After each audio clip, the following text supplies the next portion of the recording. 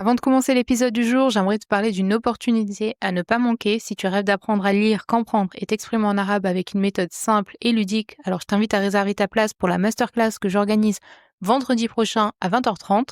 C'est 100% gratuit et je vais t'expliquer pourquoi tu bloques encore malgré ta motivation, quelle méthode te permet d'avancer beaucoup plus rapidement même en partant de zéro et surtout comment l'arabe peut transformer ton quotidien et ta foi. Le lien d'inscription il est en description juste en dessous de cet épisode. Voilà, maintenant place à l'épisode du jour. Installe-toi bien. Bismillah. Aujourd'hui, on va parler d'un mot qu'on entend souvent mais qu'on vit rarement en profondeur, le tawakkul. Faire confiance en Allah subhanahu wa ta'ala, c'est facile à dire, mais c'est pas toujours facile à faire. On va méditer aujourd'hui sur la notion de tawakkul. Est-ce que avoir du tawakkul, c'est rester passif? Est-ce que ça veut dire tout laisser entre les mains d'Allah subhanahu wa ta'ala? Ou au contraire, est-ce que ça veut dire travailler dur et espérer que ça marche? Dans cet épisode, je te propose de clarifier ce qu'est vraiment le tawakkul, puis de voir comment tu peux l'appliquer dans ton quotidien, que tu sois maman, que tu sois étudiante, entrepreneur ou simplement en quête de sérénité. Alors le tawakkul, c'est quoi?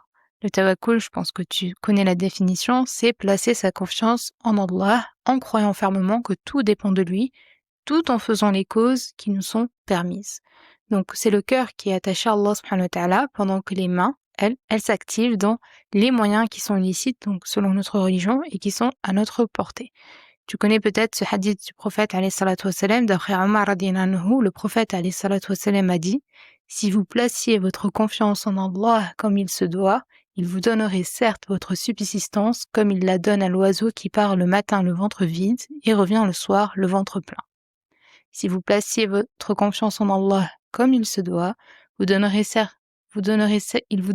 certes votre subsistance comme il la donne à l'oiseau qui part le matin le ventre vide et revient le soir le ventre plein. » Alors, que veut dire cette parole sage de notre prophète alayhi salatu wassalam? C'est ce que je te propose de voir dans cet épisode. Donc, on va méditer un petit peu ce hadith du prophète alayhi salatu wassalam.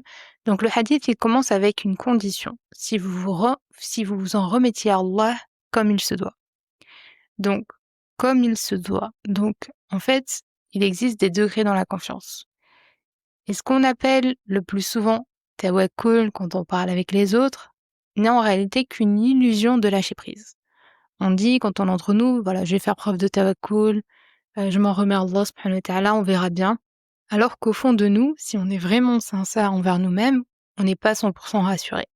On a cette petite appréhension et pire, on ressent cet authentique tawakkul que quand on est au fond du gouffre, quand on n'a plus aucune solution entre nos mains, qu'on est vraiment désespéré et qu'on se dit ok, tawakkul, alors qu'au fond, c'est juste qu'on sait plus quoi faire, on n'a plus aucune solution entre nos mains, on est tellement désespéré qu'on se dit je m'en remets à Allah subhanahu wa ta'ala. Et ça, c'est pas le vrai tawakkul, parce que c'est pas se dire de toute façon j'ai plus rien à perdre, je m'en remets à Allah subhanahu wa ta'ala. Le vrai tawakkul, le tawakkul authentique, c'est un état intérieur qui est stable, c'est une certitude. Si Allah subhanahu wa ta'ala ne me délaisse pas, il est avec moi, ici, maintenant, à l'instant T. Et donc ce premier passage du hadith, il nous pousse à évaluer notre niveau de confiance en Allah subhanahu wa ta'ala. Est-ce que quand tu dis je fais preuve de tawakkul, est-ce que c'est une simple phrase ou est-ce que c'est véritablement un sentiment qui est ancré dans ton cœur? Ensuite, le prophète, alayhi salatu wassalam, il nous dit que l'oiseau, donc il part le matin le ventre vide. Donc l'oiseau, il n'est pas resté perché sur son arbre, il sort chaque jour, sans savoir ce qu'il va trouver. Il connaît ni le climat, ni la quantité, ni la durée, mais il y va. Il fait sa part du travail. Il se repose pas sur les autres oiseaux en se disant peut-être que les autres vont m'aider. Il calcule pas s'il y a assez de nourriture pour tout le monde. Il part, tout simplement. Et ça, c'est une image qui nous apprend que le tawakkul, c'est pas croiser les bras en se disant, Inch'Allah, je mémoriserai le Coran, Inch'Allah, j'habiterai dans tel pays, Inch'Allah, je vais réaliser tel projet. Non. Ce n'est pas également abandonner sa responsabilité en se disant, je laisse tout entre les mains d'Allah subhanahu wa ta'ala sans avoir bougé le petit doigt. L'oiseau, lui, il sort de son nid. Il vole, il cherche, il se fatigue, et pourtant, il n'a aucune garantie de ce qu'il va trouver. Il fait ce qu'il peut avec les moyens qu'Allah subhanahu wa ta'ala lui a donnés et il agit. Et quand il agit, en fait, il montre sa confiance en Allah subhanahu wa ta'ala. Et ça, c'est le véritable tawakkul. C'est agir avec foi et non pas attendre avec espoir, sans rien faire du tout. Au contraire, attendre avec peur que telle chose ne nous arrive pas. Non, il faut faire les causes. Et c'est ce qu'on doit faire dans chaque domaine de notre vie. Si tu veux apprendre le Coran, bah, il faut commencer dès maintenant, même une seule ayah. Si tu veux mieux t'organiser, bah, tu fais un premier pas. Par exemple, tu peux rejoindre notre groupe Boost and Baraka. Si tu ne connais pas, donc on a un petit groupe Telegram Boost and Baraka dans lequel on se motive. Donc chaque lundi matin, on fait un petit live Twitch et on s'organise entre nous. Tu veux sortir d'une impasse, tu prends une décision, tu avances. Tu as le cœur tourné vers Allah subhanahu wa ta'ala. Donc le fait de rester immobile et de ne rien faire, c'est pas un signe de tawakkul. Le tawakkul, c'est le fait d'avoir du mouvement. Je fais quelque chose et j'ai cette confiance en Allah subhanahu wa ta'ala. Ensuite, dans le hadith, le prophète alayhi salatu wassalam, il nous dit que l'oiseau, il part le matin et il revient le soir. Donc il part le matin, il revient le soir. Donc c'est pas une fois dans la semaine, il fait les causes. C'est pas uniquement quand l'envie est là, je suis motivée, je fais les causes.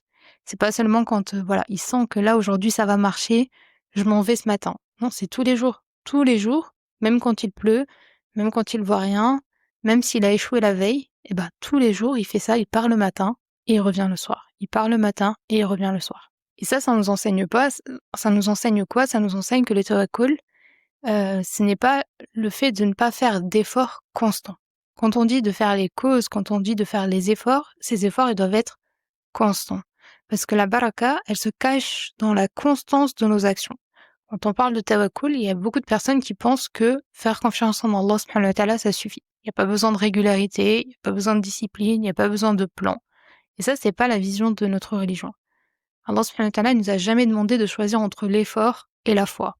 Tu t'en remets un mois, mais tu fais rien, tu fais aucun effort. Non, il nous demande d'unir les deux, de faire des efforts et de nous en remettre à lui. Donc l'oiseau dans le hadith, il part chaque matin. Chaque matin, il part et le lendemain, il recommence encore et encore. Et c'est pas pour nous dire voilà, il faut un élan de foi aujourd'hui, je le sens bien, je vais tout donner. Non, c'est tout le temps, tout le temps, tout le temps. Donc il faut de la constance. Et donc le fait de nous dire voilà, il part chaque matin et revient le soir, ça nous montre qu'il faut avoir de la constance dans nos efforts. Et le tawakkul, c'est pas un raccourci magique, c'est pas une formule magique. On vient pas pour sauter les étapes, on vient pas obtenir un résultat sans effort. Le tawakkul, c'est ce que tu mets dans ton cœur, certes, pendant que tu agis. Comme on l'a dit tout à l'heure, c'est un acte du cœur, mais les mains, elles s'agissent, elles font les actions, les moyens. Parce que Allah subhanahu wa ta'ala, plusieurs fois dans le Coran, nous demande d'agir, d'œuvrer. Et donc, il voit également nos actions. Donc, il nous dit pas de faire une belle dua hyper sincère et d'attendre. Non, il nous dit d'aller œuvrer.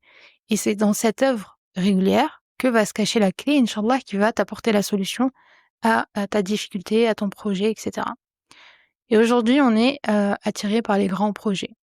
Les belles résolutions début d'année, les belles résolutions en septembre, les to-do list qui sont remplies, les changements qu'on veut radicaux. Mais combien de fois, toutes ces belles résolutions, tous ces grands élans qu'on a une fois dans l'année, eh bien, ils vont s'essouffler. Alors que la baraka, elle n'est pas dans la quantité, mais elle est dans la qualité. Elle est dans la continuité. Elle est dans le fait de faire petit, mais avec sincérité.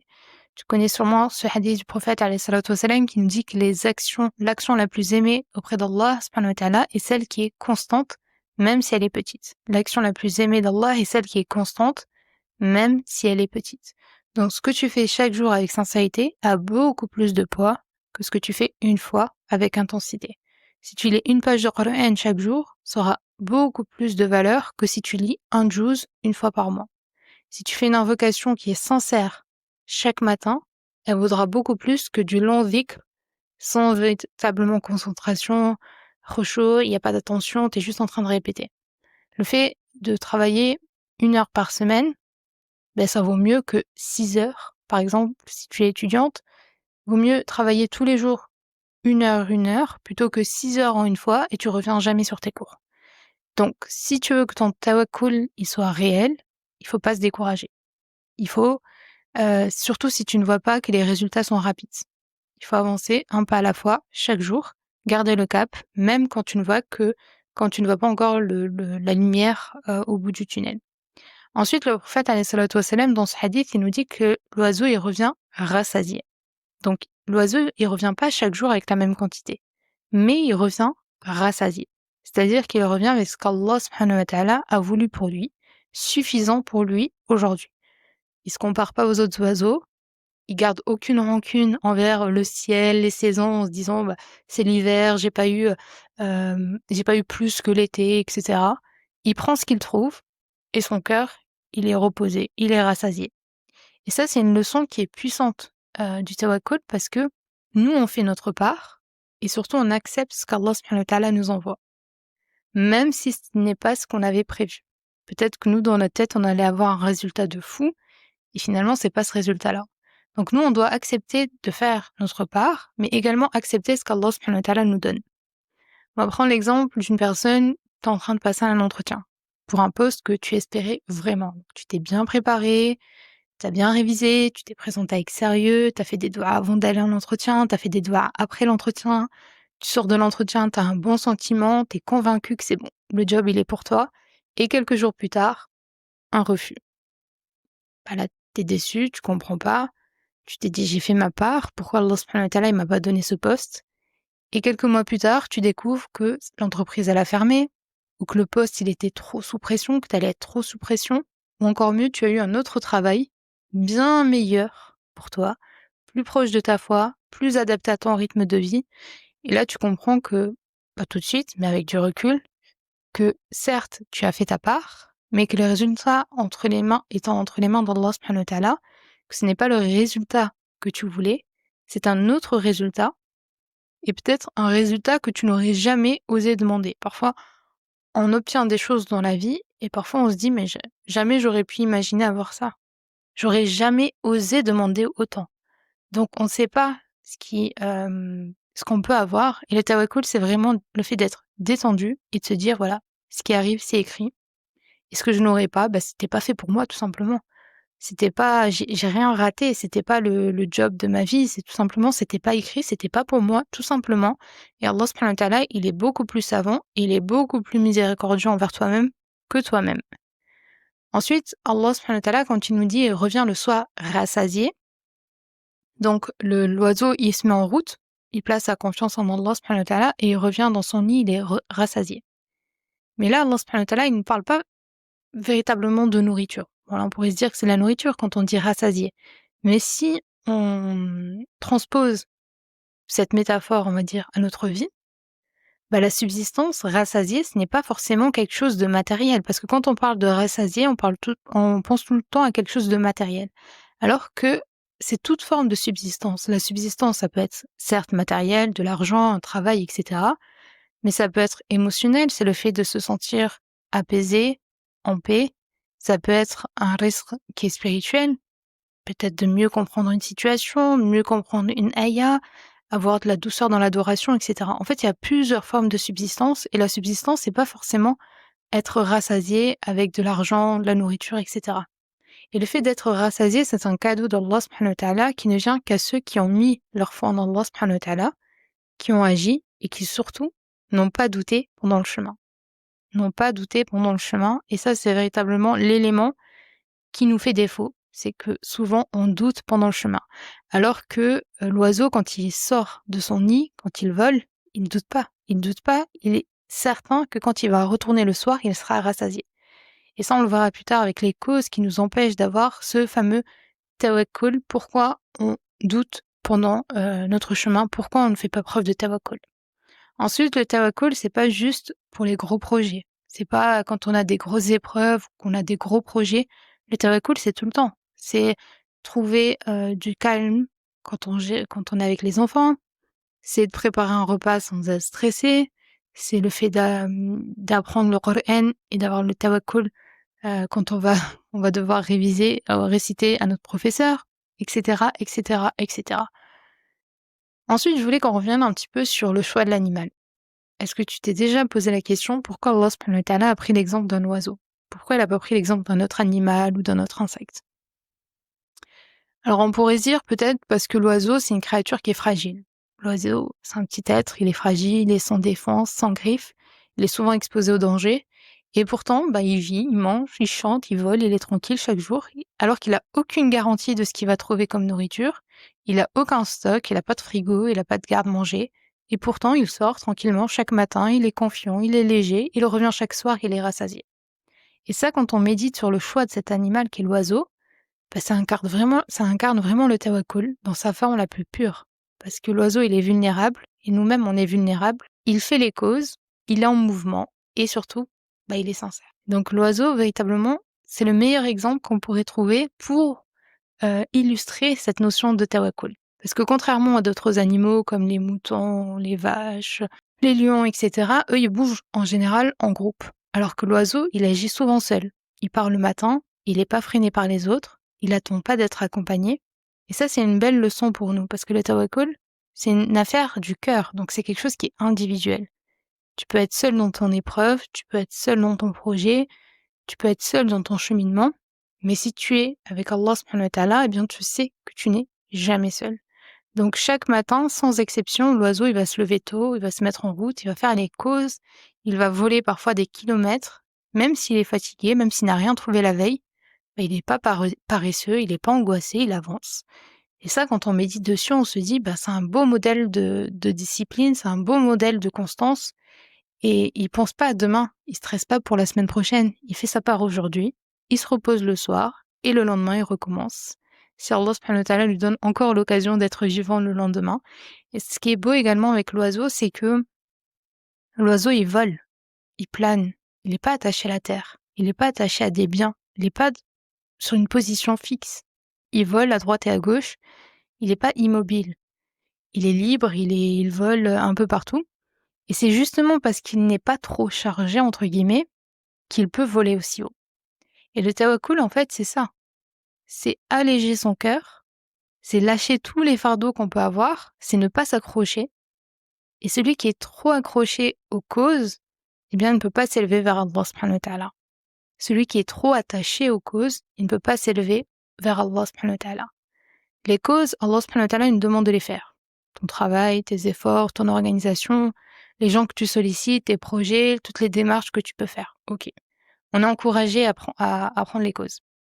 Mais ne pas s'en remettre à Allah subhanahu wa ta'ala, il faut pas être dans la paresse, etc. Le danger, c'est l'attachement excessif à ces causes. Quand tu crois au fond de ton cœur que ce travail, c'est ta seule source de sécurité, que la méthode que tu vas appliquer, c'est la seule qui fonctionne, que cette personne, c'est la seule issue pour toi, que le plan, c'est le seul qui est valable. Et là, en fait, tu es accroché à la cause, tu es accroché à la branche au lieu de regarder le ciel. Et c'est comme porter un sac plein de briques et on espère voler. Et donc, qu'est-ce qui va se passer? On stresse, on doute, on panique, parce que tu fais reposer tout ton bonheur, toute ta paix, toute ta sérénité, tout ton avenir sur quelque chose qui est fragile. Et tant que le cœur il est attaché à ce qui pourrait s'écrouler, par exemple le travail, quand on a l'impression que ma subsistance, elle vient de mon patron, ce patron, son entreprise, elle peut très bien s'écrouler et tu n'auras plus ton salaire. Donc ton salaire, il ne dépend pas de ton patron. Ton salaire, il dépend d'Allah subhanahu wa ta'ala. Donc notre cœur, il ne peut s'élever que vers celui qui nous déçoit jamais. Et donc le prophète alayhi salatu wassalam, il prenait les causes, il planifiait les batailles, il consultait ses compagnons, il se soignait, etc. Mais son cœur, il n'était pas suspendu à ces causes-là. Il disait, si Allah le veut, ça sera ainsi, s'il ne le veut pas, ça sera mieux ainsi, et c'est tout. Il faisait confiance au créateur des causes et pas uniquement aux causes elles-mêmes. Et comment on peut savoir si on est trop attaché aux causes? Bien, on le voit si on panique quand un plan échoue. On est là, on est en panique. Si on refuse d'envisager notre voie. Si on culpabilise énormément quand on a échoué. Parce qu'on a l'impression que tout dépendait de nous. On perd patience avec Allah subhanahu wa ta'ala parce que ça ne se passe pas comme prévu. On a du mal à se dire, peut-être c'était un bien. Tout ça, ça nous montre qu'en fait, on s'attache trop aux causes. Et pourquoi c'est difficile de faire preuve de tawakkul? Parce que si on est honnête envers nous-mêmes, vivre le tawakkul vraiment en profondeur comme je l'ai présenté, c'est loin d'être évident. On connaît ce mot, on l'utilise dans nos invocations, on l'utilise dans nos paroles, mais entre le dire et le vivre vraiment dans notre cœur et dans nos choix, il y a parfois malheureusement un grand écart. Pourquoi? Parce qu'en réalité, il y a beaucoup de choses, que ce soit dans notre éducation, que ce soit dans la société, que ce soit dans les blessures qu'on a eues, qui vont à l'encontre de cette confiance en Allah subhanahu wa ta'ala. Et on a quelques blocages au quotidien, parfois sans s'en rendre compte, parfois on s'en rend compte, qui bloquent cette confiance profonde en Allah subhanahu wa ta'ala. Et ces blocages, c'est quoi? c'est par exemple qu'on veut contrôler l'avenir. Je pense que si Allah subhanahu wa ta'ala nous avait donné la capacité de contrôler l'avenir, je pense qu'on aurait tous pris avec plaisir ce pouvoir. Et ça, c'est un piège parce que on veut prévoir chaque détail, on veut anticiper chaque imprévu, on veut organiser tout parfaitement, on veut tout comprendre. Et le problème, c'est que ce n'est pas de s'organiser, on doit s'organiser bien évidemment, mais c'est de croire que c'est à nous de maîtriser l'histoire. Quand tu veux tout contrôler, tu te places inconsciemment à la place de celui qui écrit l'histoire. Sauf que toi, tu n'écris pas l'histoire. Et donc, dès que quelque chose t'échappe, tu perds pied, t'es complètement en panique. Alors que le tawakkul, c'est d'accepter de ne pas tout contrôler, parce que tu as confiance en celui qui, lui, ne se trompe jamais. Autre blocage, c'est de se dire, ouais, mais si ça marche pas. On a ce tawakkul, on se dit, oui, moi je fais preuve de tawakkul, mais on a cette petite voix dans notre tête qui me dit, ouais, mais si je fais tout ça pour rien, et si ça échoue encore, et si Allah me donne pas ce que je veux. Alors c'est humain, hein, forcément, on est humain, donc forcément on a cette petite voix. En plus, c'est Shaitan qui va venir avec les West-West, donc forcément on a également les West-West. Mais il faut apprendre à reconnaître cette petite voix et à la ramener à sa juste place. Parce que douter d'Allah subhanahu wa ta'ala, c'est affaiblir sa sincérité. Donc il faut toujours avoir une bonne opinion d'Allah subhanahu wa ta'ala. Le tawakkul, c'est de ne pas croire que tout va réussir. C'est pas de se dire, voilà, je fais preuve de tawakkul et je vais obtenir ce que je voulais. Non, c'est croire que ce qu'Allah subhanahu wa ta'ala choisira sera toujours meilleur, même si tu ne le comprends pas encore. Et ça, c'est le plus dur. C'est de se dire, j'ai patienté, et finalement, c'est pas le résultat que j'attendais. Et donc, le tawakkul, c'est de se dire, ok, tout ce qu'Allah subhanahu wa ta'ala aura choisi pour moi, eh bien, ça sera le meilleur, tout simplement. Même si je le comprends pas tout de suite. Si on voit par exemple l'exemple de tout à l'heure avec le travail, peut-être que je ne vois pas tout de suite le bien là-dedans, parce que moi, je voyais ce travail comme génial, il correspondait à tous mes critères, mais finalement, il y a beaucoup mieux. Allah subhanahu wa ta'ala te réserve quelque chose de beaucoup mieux. Autre blocage, c'est qu'on agit, mais on oublie pour qui on le fait. Tu avances dans tes projets, tu fais des efforts, tu donnes toute ton énergie, mais à qui tu cherches à plaire? Est-ce que tu fais les causes pour toi-même? Est-ce que tu as quelque chose à prouver aux gens? Alors, ton cœur, en fait, il doit pas dépendre des gens. Il doit pas dépendre du regard des autres. Il doit pas dépendre des résultats qui sont visibles. Le tawakkul, c'est de se dire, OK, pour qui je fais tout ça? Et de se dire, mes efforts, je les fais pour Allah subhanahu wa ta'ala. Et quand tu remplaces Allah subhanahu wa ta'ala, quand tu le replaces au centre, forcément, tu vas retrouver la paix. Parce que tu n'as pas besoin de l'approbation des gens. Même si tu n'as pas réussi, entre guillemets, ce que tu avais entrepris, les efforts que tu avais fait, c'est pas le résultat que tu attendais. Vu que tu n'as pas besoin, vu que tu ne cherches pas le regard des autres, mais le regard d'Allah subhanahu wa ta'ala, t'as pas besoin de prouver quelque chose, tu n'as pas besoin de te sentir nul parce que tu n'as pas réussi. Tu sais que tous les efforts que tu as faits, ils sont pas perdus auprès d'Allah subhanahu wa ta'ala. Les efforts que tu as faits, tu seras récompensé. Et donc, même si ce n'est pas le résultat que tu attendais, tu sais que tu seras récompensé pour tes efforts parce que tu le faisais pour Allah subhanahu wa ta'ala et non pas pour les autres. Autre cause qui nous empêche d'avoir ce tawakkul, c'est qu'on veut des résultats immédiats. On vit dans une époque où ça doit aller vite. Si j'ai fait une commande sur Internet et qu'on m'a dit qu'à lundi elle est là et que lundi 8h elle est pas devant ma porte, on panique, on stresse, on va regarder si on a reçu un mail. Quand on a envoyé quelque chose, on veut une réponse dans la minute. Pour ceux qui créent du contenu, on veut des likes tout de suite, etc., etc., etc. Et cette volonté d'impatience de tout vouloir tout de suite, malheureusement, on l'a transféré dans notre relation avec Allah subhanahu wa ta'ala. J'ai fait une dua hier, mais aujourd'hui, il s'est rien passé. J'ai commencé à lire le Coran hier, mais je ressens rien. Alors qu'Allah subhanahu wa ta'ala, il ne travaille pas avec nos délais à nous. D'accord? C'est pas nous qui décidons à quel moment telle chose doit arriver. Allah subhanahu wa ta'ala, il travaille pas avec nos délais. Il travaille avec sa sagesse. Parfois, il va retarder quelque chose pour purifier ton âme. Parfois, il va cacher le résultat, c'est-à-dire que ce résultat que tu attendais, tu vas l'avoir, mais tu vas pas l'avoir tout de suite pour tester ta sincérité. Parfois, il va te donner autre chose sans que tu comprennes tout de suite pourquoi. Et le tawakkul, c'est le fait de continuer à avancer, même quand tu vois que rien s'est passé, qu'il n'y a eu aucun changement. C'est toujours faire preuve de confiance en Allah subhanahu wa ta'ala, d'avoir une bonne confiance en Allah subhanahu wa ta'ala et de continuer, même si tu ne vois pas tout de suite les résultats que tu espérais. Alors, comment appliquer le tawakkul au quotidien? Maintenant qu'on a vu ce que le tawakkul signifie vraiment et pourquoi c'est si difficile à l'incarner profondément dans notre quotidien, on va se poser la bonne question, comment on fait en pratique? Parce que concrètement, pour vivre le tawakkul dans ma vie de tous les jours. Déjà, le tawakkul, on l'a dit, c'est pas juste pour les grandes décisions ou pour quand on a des épreuves et qu'on veut véritablement l'issue. Le tawakkul, c'est dans notre quotidien de femme, de maman, de croyant, dans notre métier, en étant étudiante, etc. Et donc, il y a 5 clés, 5, pour vivre le tawakkul au quotidien. Et pas juste comme un concept, mais véritablement comme une pratique au quotidien. La première des choses, c'est déjà le faire pour Allah subhanahu wa ta'ala, d'avoir une intention qui est claire. Avant chaque action, qu'elle soit grande ou petite, poser une intention claire. Et on le sait que les actions ne valent que par leurs intentions. Donc, quand tu fais les choses pour les gens, forcément, tu attends des applaudissements. Quand tu le fais pour toi-même, tu attends des résultats. Et quand tu le fais pour Allah subhanahu wa ta'ala, tu sais que rien n'est perdu. Et même une action banale, cuisiner, ranger, etc., ça peut devenir un acte de tawakkul si on place notre cœur tourné vers Allah subhanahu wa ta'ala. Donc la première clé, c'est déjà toujours avoir une intention claire, je le fais pour Allah.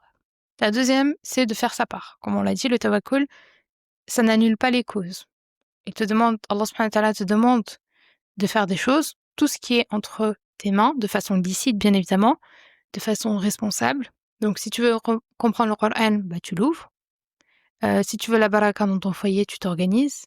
Si tu veux avancer dans un projet, tu poses les étapes qui sont nécessaires. Même si tu ne maîtrises pas tout ça, mais tu poses les étapes, tu fais les actions. Troisième clé, tu t'en remets à Allah subhanahu wa ta'ala.